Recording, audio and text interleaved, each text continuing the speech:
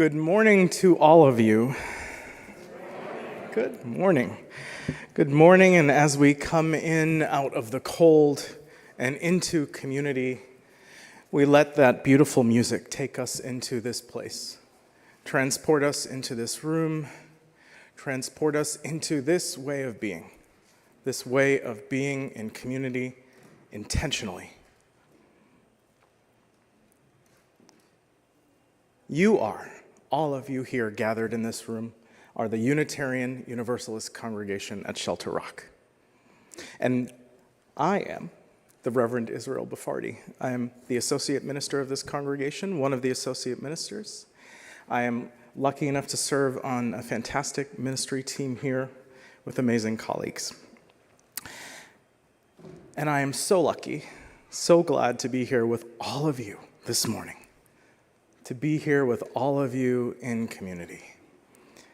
Whether you walk through our doors today for the first time or whether you have been a part of this community for years, know that your presence, your being here in this community is what makes this place whole.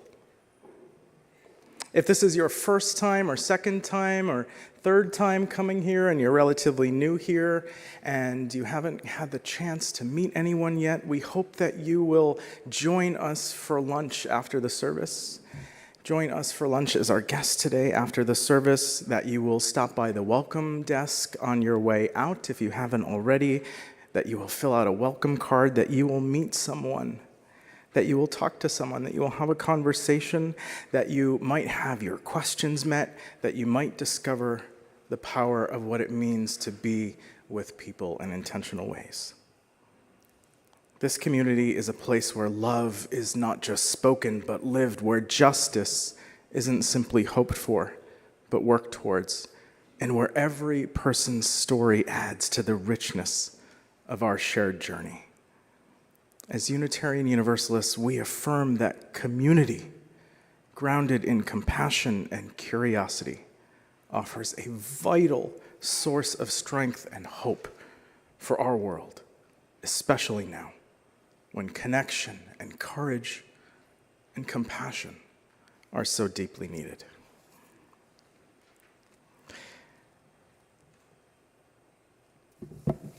We gather with a sense of purpose today. And we are joined by some special guests as well today. We're joined by the president of the UUA, the Reverend Dr. Sofia Betancourt, who is here today to speak with us. And we are joined by the Reverend Laura Smith, the UUA Director of Stewardship and Development, both who will bring some greetings and news and much needed messages of love and compassion to us in this community from our denomination. Now, before we begin our service, I just want to draw your attention to one important opportunity that is happening here next Sunday. Next Sunday is the annual Women's History Month breakfast, and you're all invited to register. There are still spots available to register. It's March 9th, Sunday, March 9th. It's at 9 a.m., and it's in the Veach Ballroom. And now, is Laura here? Okay, yeah, oh, there you are. The Reverend Lauren Smith. The Reverend Lauren Smith has a message for us from the UUA. Please come over. Good morning. It is so good to be with you again. I was here a couple of years ago, and at that time the choir was in that room, and the sermon and it's just lovely to be all together with you today.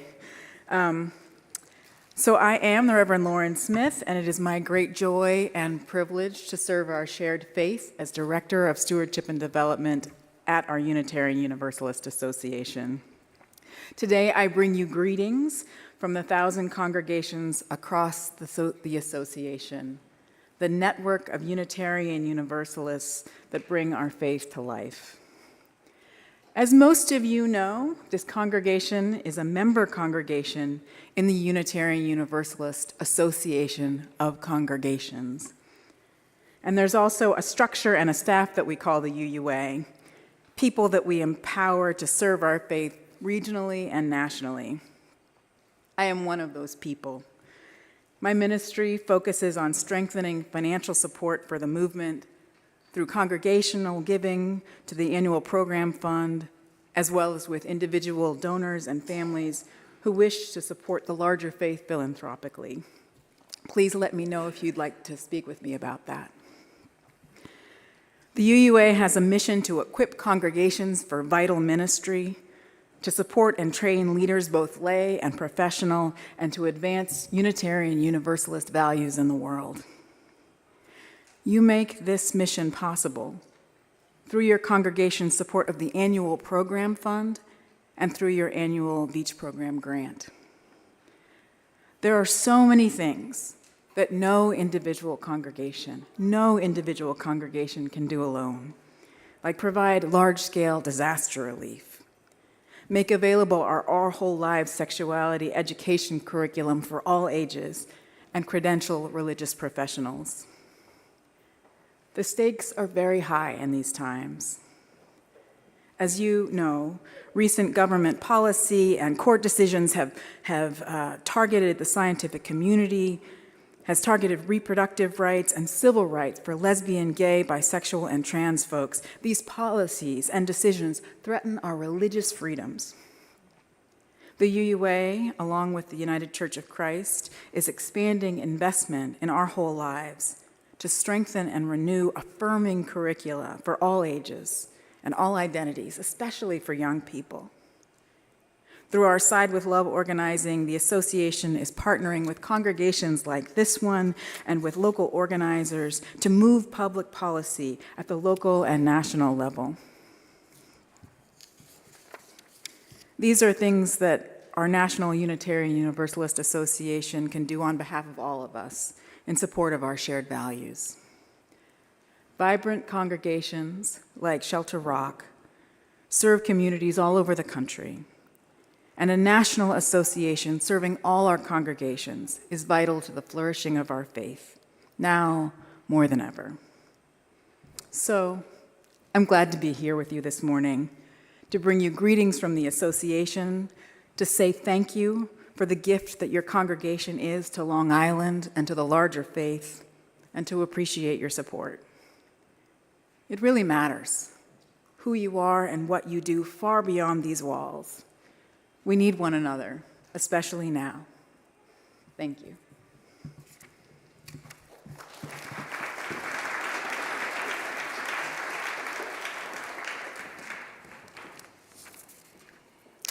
I'd bring us into our service now by lighting our chalice. We're going to light our chalice today to remember that the sacred month of Ramadan began this weekend for Muslims who are observing that month. In this month of Ramadan, our Muslim neighbors deepen their spiritual practice through reflection, through generosity, and intentional living. I'm reminded of a teaching that says that a Muslim must be like a date palm tree, whose evergreen leaves do not fall, but provide nourishment and sanctuary. A reminder to us of the importance of our shared call to hospitality, compassion, and care. So as Madison lights our chalice, may this flame today remind us of the light in our hearts. Remind us to be an oasis for one another, a source of comfort, sustenance, and hope in a world that is often so harsh and uncertain.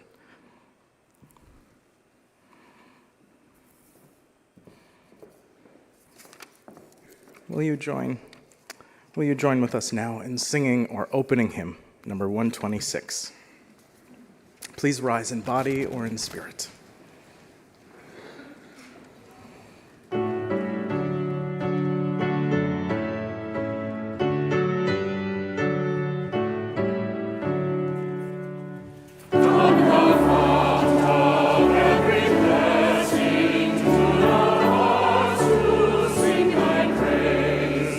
Praise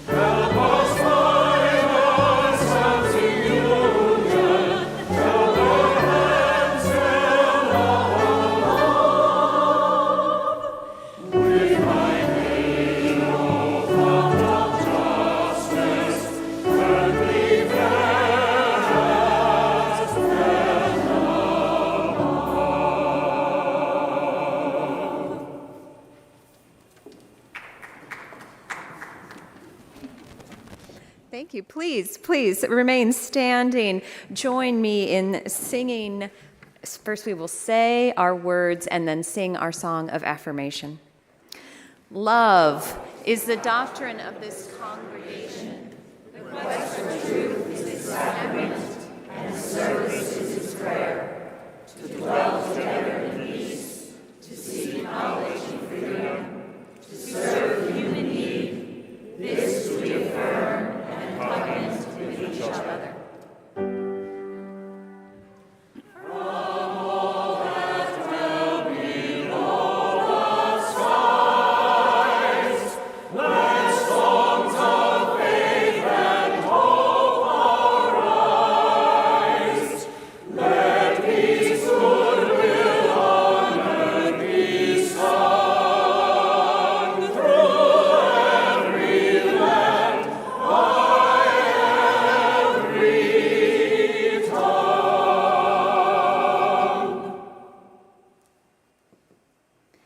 It is my honor to now ask the Reverend Dr. Sofia Betancourt to come forward for our time for all ages.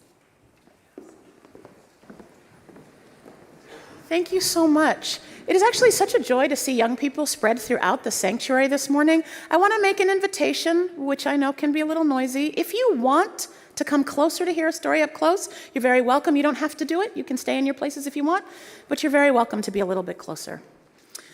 This morning, one of the things that we are doing is talking about what it means to hold this tradition, to hold Unitarian Universalism together, not just as community, but as those of us who work for the UUA and all of you who create this beautiful community together. We're talking about that using images of water. Water because water is graceful. Water because it's something most of us kind of understand. Water because it leads into not just invitations about life itself, but because everyone deserves clean water. It is a birthright. It's a human right. And sadly, it's one that not everyone has. So water is a good descriptor for why taking care of each other in community matters. Does that make sense? I also wanted to tell you a story this morning because I feel like sometimes I don't get to really share the fact that I am everybody's president, no matter how old you are. And so I wanted some time where I got to talk mostly to the younger folks who are here today. I'm so glad you're here. So once upon a time, there was a little fish, a tiny little fish that was all the way deep down at the bottom of the ocean. Like maybe the Mariana Trench, like deep, far, far, far down, where the light doesn't even reach. And that little fish, like it did on most days, blew a bubble. Can you make a bubble sound with me? Yeah, just like that. This little fish blew a bubble, and the bubble began to rise. Now, at the same time, there was a rain cloud passing over the ocean, and just as that bubble started to rise, a raindrop started to fall. Now, both the bubble and the raindrop had really long journeys ahead of them. The bubble was reaching for that great patch of light, and the raindrop was reaching for all of that water. But they weren't scared. Thank you for coming up. Come closer. They weren't scared because really at the end of the day, it's hard to really harm a bubble. I mean, bubbles pop, but it's not necessarily the worst thing. And it's really hard to harm a raindrop. They both go where they're supposed to be. So the bubble was rising to the surface. It got to tickle the bellies of seals. It ran along the edges of the leaves of seaweed. It tumbled and spun and grew as it climbed. And the raindrop was dizzy-dallying all the way down through the sky, aiming for that body of water. It got to surf along the shoulders of the wind, headed to this great blue below. It also grew. So as the raindrop was falling, it got bigger and bigger. It was holding more and more water. And as the bubble was climbing, it got bigger and bigger, filled with more and more light. And by something we don't quite know what, they got to the same place at the same time. What became of this bubble and this raindrop? The bubble became wide and full of light as the sky, and the raindrop became the whole ocean. And both of them, in this dance that is as old as time, ended up exactly where they were meant to be.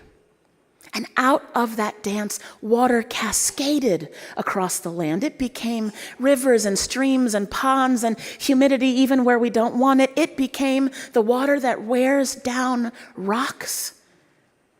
It brought to everyone who was thirsty plants and animals and, things that maybe just appreciate the beauty of water but weren't thirsty at all. The water went everywhere so that everyone could drink. Because at its best, water is always in the right place at the right time. Just like you and I, in this space, in this moment, together. May there be water for everyone, clean water to drink, that comes from a dance that we recognize, that comes as the center of all life. And that is the end of our story this morning. Would you join us, please, in singing Folks to Religious Education?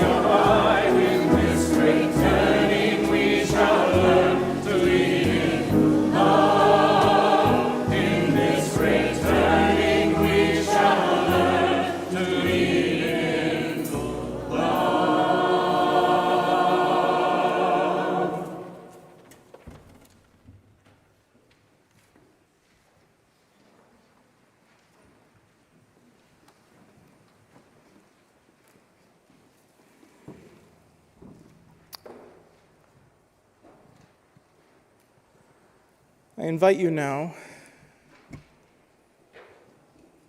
to take some moments, to take some time, to allow yourselves to be fully present in this room, to allow yourselves to be fully present to this amazingly beautiful, wonderful, messed up, challenging, cold, hard, bright and sunny,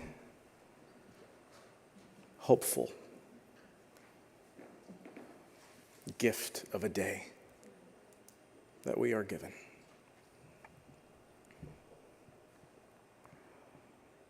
To close your eyes if you need to, or soften your gaze, or just let your feet be on the floor.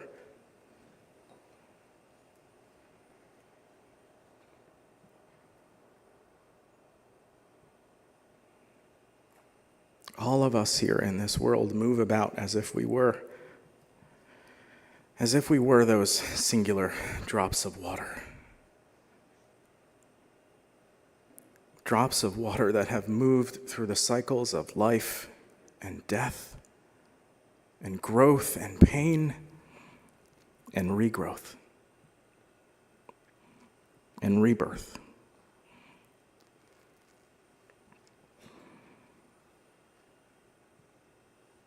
Imagine yourself like one of those drops of water.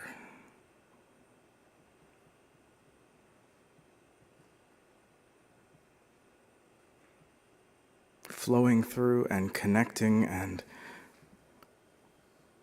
nourishing and feeding and creating life itself.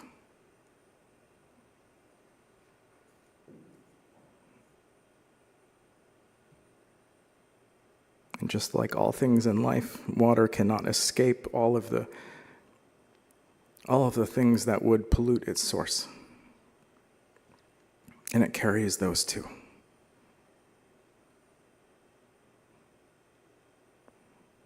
And water always finds other water, too, to flow and pool and connect with. So when you are ready, I invite you to open up your eyes and to see who you are pooled, connected here with, who you have flowed together with. Those people that you have committed to doing the work that your values call you to. Those people that you have committed to being in community with to ask important questions to. And those people you have come together with here now, who are also here to help you carry all of those things that you carry in your heart that are dissolved in your droplet of water, and to help you find where to flow to next.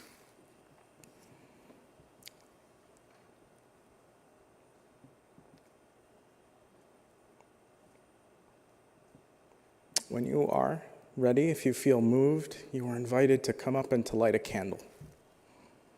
To gather physically in this space here in the front, to come together, to feel yourselves in community, to feel and know who you are here with and who is here to support you. So if you have a joy, a sorrow, a complex truth on your heart that needs to be marked today, you're welcome to come up here, to light a candle, and to place it in one of the boxes. And know that as you do so, you are not carrying that thing alone. That you are here, that you gather your strength by being in community.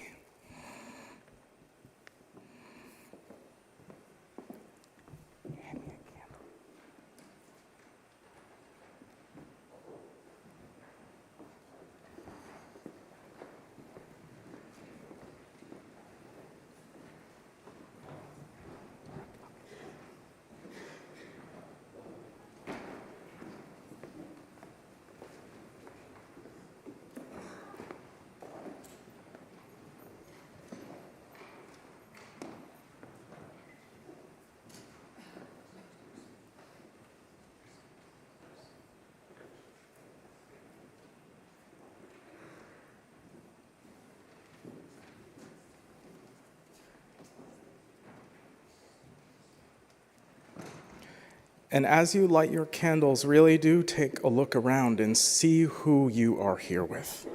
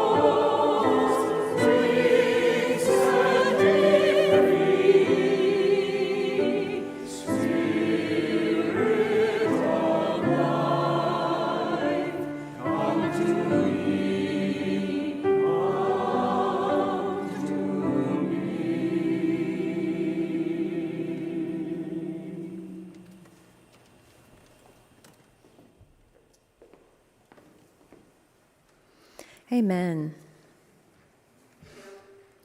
Each Sunday, we share an opportunity toward living our Unitarian Universalist values in the world by acts of generosity.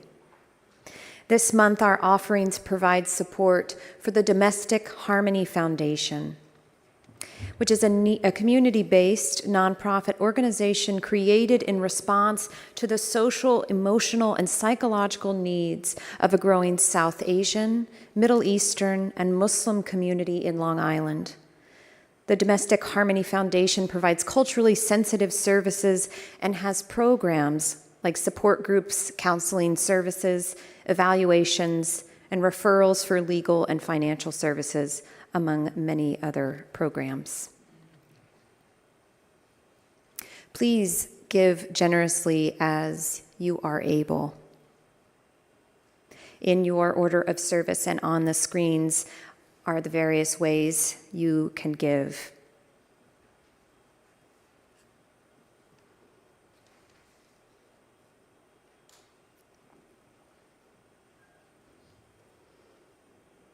During this time of generosity, would you please join me in singing hymn number 402, From You I Receive.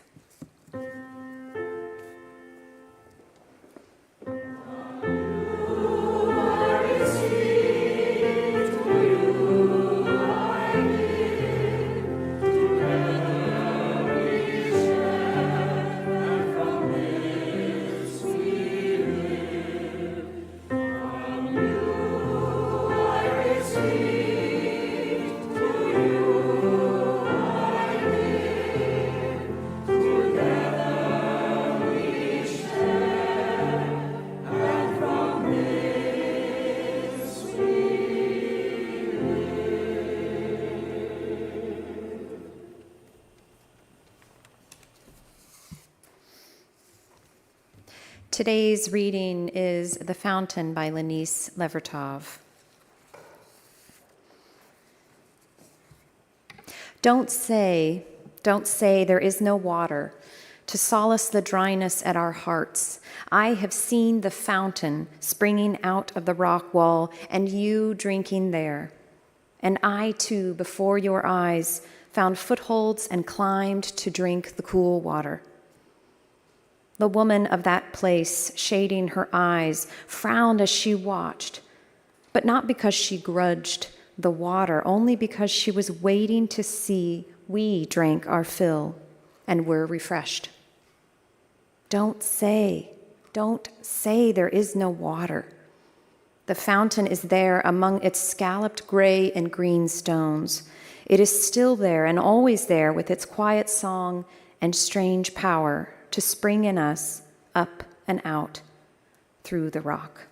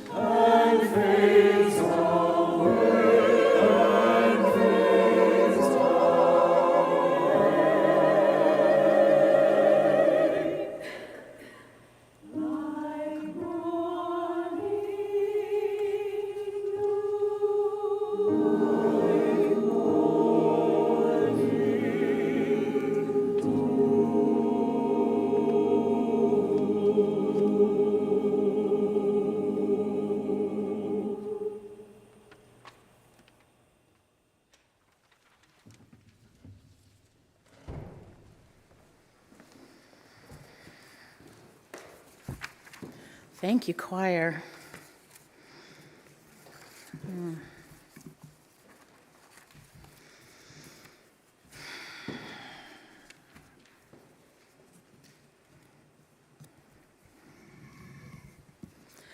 A few weeks ago, your Unitarian Universalist Association joined with more than 24 denominations and religious associations to file a lawsuit. I love the fist in the air, yes. To file a lawsuit challenging ICE's sensitive locations policy. Did you hear about this?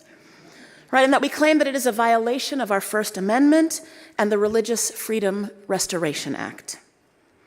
At its root, this was in response to a presidential executive order lifting that prohibition on entering houses of worship to enforce agency actions. That order impacted other religious institutions, hospitals, and schools, all formally protected spaces. We had the profound privilege of joining with others who understand their mission and their calling to center the work of democracy, justice, and inclusion, those who, like us, have members who are immigrants, both documented and undocumented, and understand themselves to bear witness and offer communal care to all who share our values and freely choose to associate with us. We, of course, also center the inherent worthiness of all, and in this case, we are making the argument that this executive order violates our religious freedom and undermines long-established ministries. Now, in these days, I keep saying that we are a sanctuary people, and I make that claim based on decades of prophetic ministry from our congregations across the nation. Right? I make that claim based on generations of dissent and prioritizing our values and our use of reason over the idea that any government should dictate the morals of religious communities. Right? We are the modern expression of the dissenting church, and between us, we hold our multi-generational commitment to this living tradition.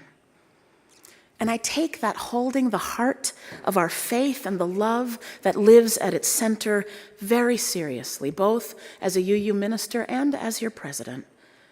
And I know that you are a congregation with a decades-long history of serving as an anchor religious community in this area and living your UU values fully in the service of all. And I mean that in addition to the vital work that you do through the Veach Foundation, through that program to build a more just and joyful world. I want to thank you for the ways that you join us in holding the heart of this faith. In these recent weeks where every day seems to see the disruption of structures we have long relied on as a nation, and the intentional dehumanization of beloved members of our communities, I find myself holding fast to what I think of as the long-haul promises of our theological inheritance. You've heard some of them already this morning: sanctuary, justice, reason, community, worthiness, and love. It reminds me of the multiple places in Scripture where everyday people find themselves in need of water, of sustenance, of nourishment and support, and find themselves reminded that water is in fact their birthright, right? One that they have no need to earn, and that they in turn must work together to provide to others who might thirst.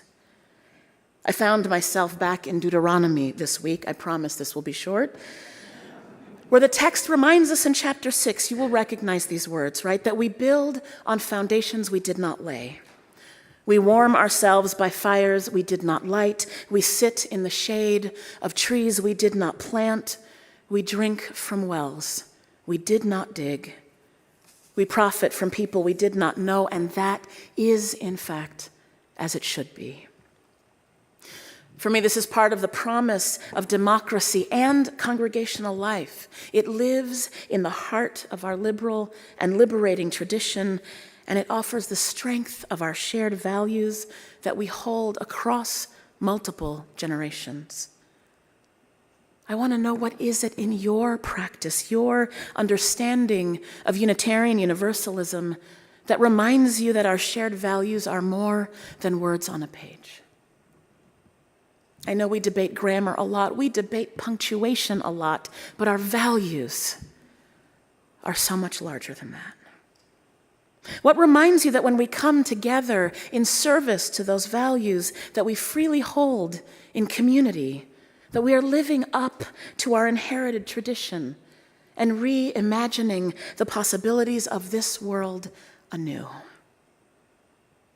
One of the blessings of the work required to participate in this most recent legal action is that it reminded all of us of the many ways that our interconnected web of congregations and communities are prioritizing care in their shared ministries.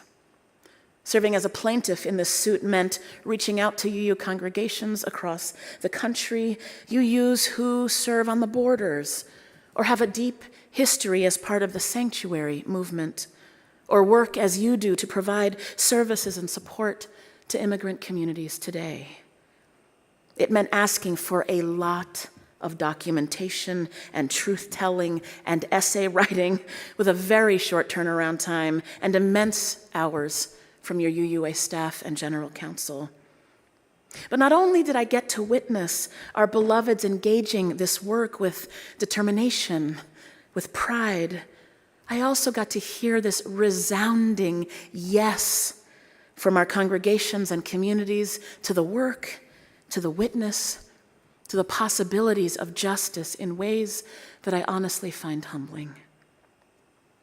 I understand your UUA as a literal, multi-generational investment of time and resources that help us make real the promises of this shared covenant that we hold together, that as an association of congregations, we will devote our resources and use our organizational powers for religious, educational, and humanitarian purposes.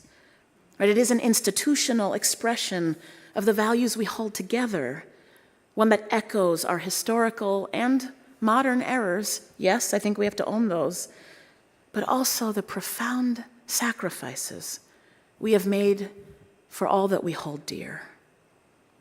Right, specifically for the UUA and this congregation here in Shelter Rock, that investment of time and resources has amplified our work for electoral justice. It's supported our values at the United Nations. It's provided aid to those preparing for our ministries. It has helped train UUs across the nation to do impactful organizing in their local environments. This among so many other investments in the common good. The ways that we get to hold our faith together remind me every day to look to the ways we invest in community and make ourselves and one another whole. It reminds me that there is always water to solace the dryness at our hearts, and that some ones will be waiting at the well to make sure that all can drink their fill. Now, the resonance of water in the desert and fountains that will never run dry comes for me in part from a gathering in November of 2005 when the UU Association's Hispanic Ministry Caucus met at Meadville Lombard Theological School in Chicago. It was for a conference titled Drinking from Our Own Wells. That was almost 20 years ago now, which is hard to imagine. And I'm so grateful that we preserved video of those conversations, because even though I was in the room, and I remember how our conversations reshaped for me what I thought I knew about the promise of our living tradition, it is still very different hearing that wisdom again in real time. What I find striking today is how formative those recordings have been to the justice-seeking practices in our tradition, and also how most of those voices who shared wisdom on that day are no longer with us. Some have died, many have retired, and there are a few who simply cannot or will not participate in community with us any longer.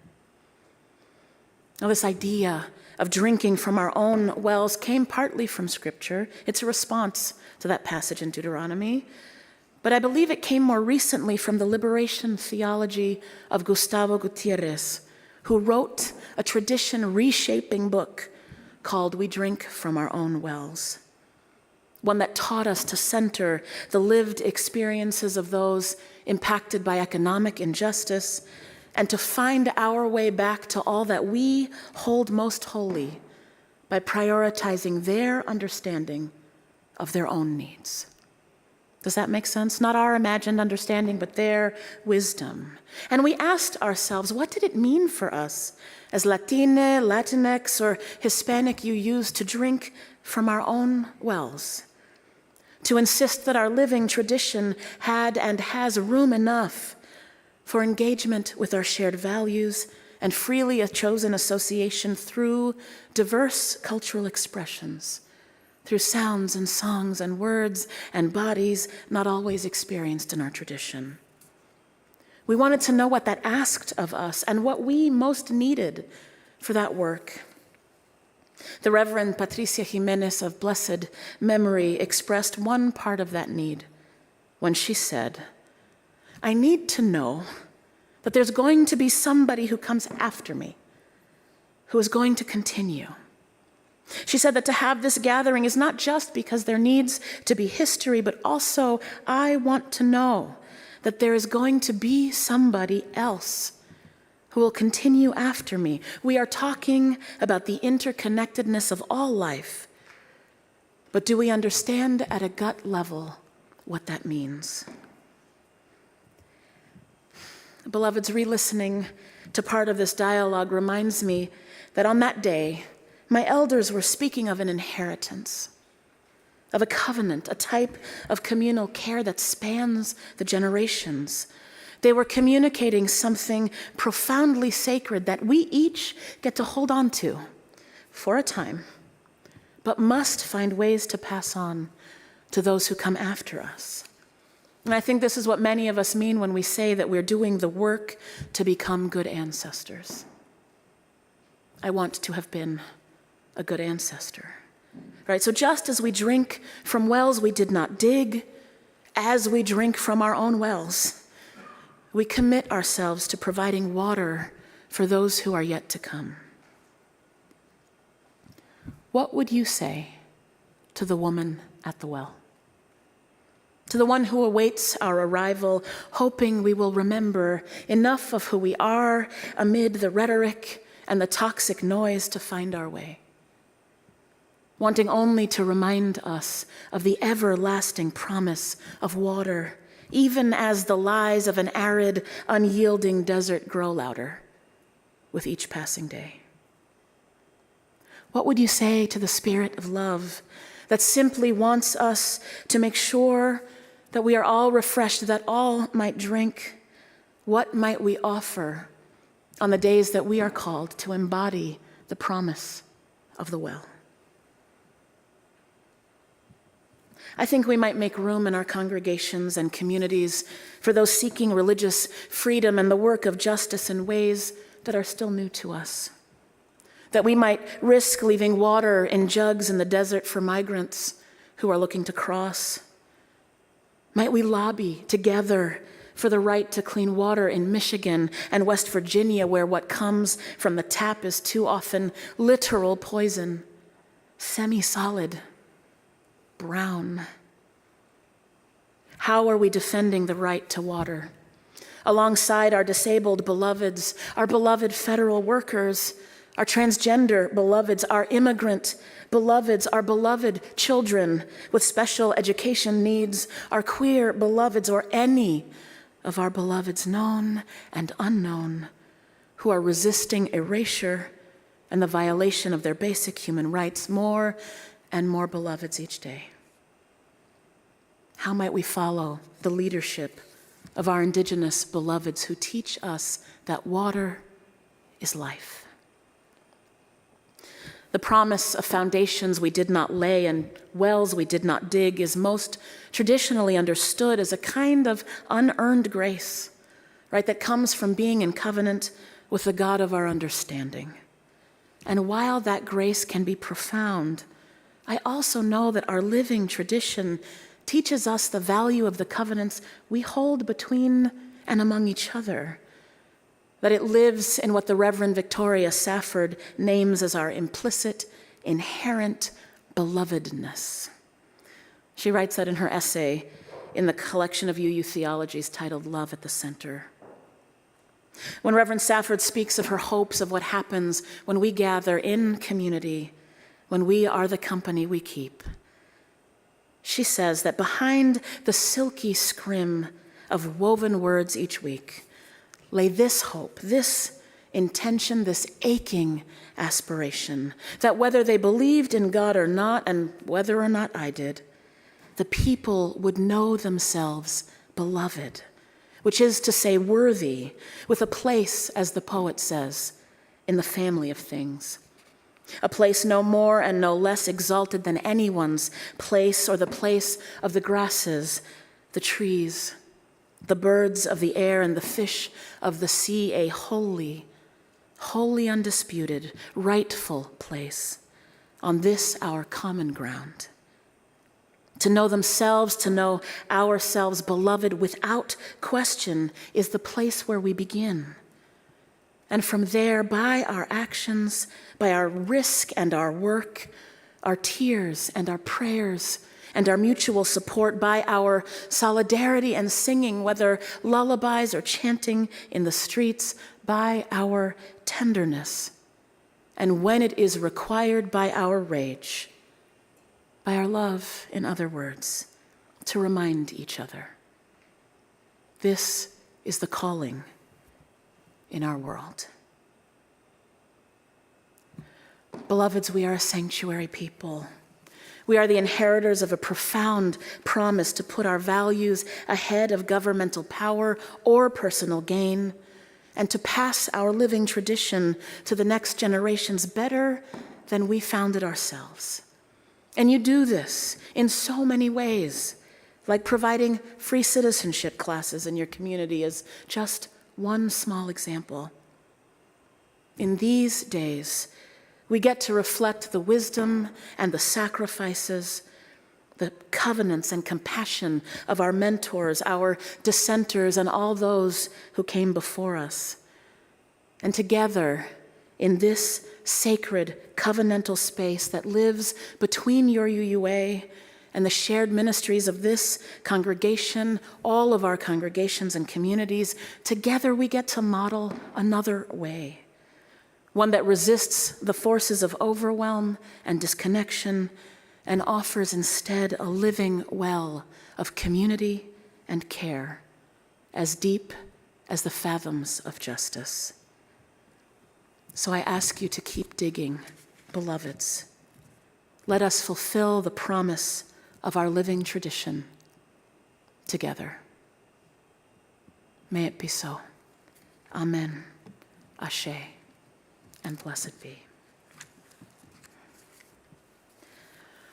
I would invite you to rise in body or in spirit for hymn number 1007, There's a River Flowing in My Soul.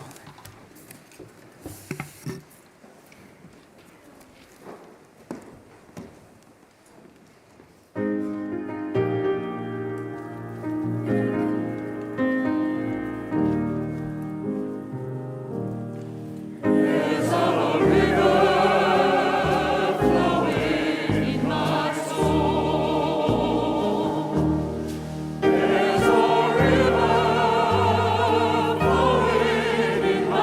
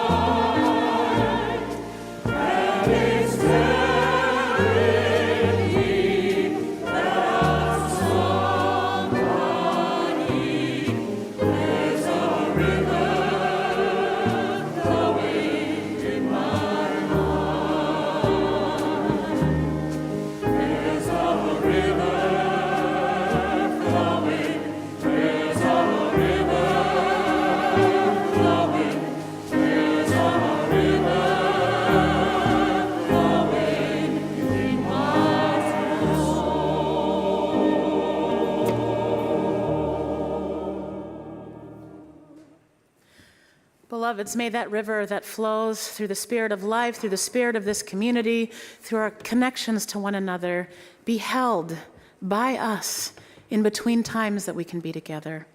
As we extinguish our chalice, may we hold fast to the shared values that keep us connected and keep us whole, with profound gratitude for your ministry in the world. Go in peace. Amen.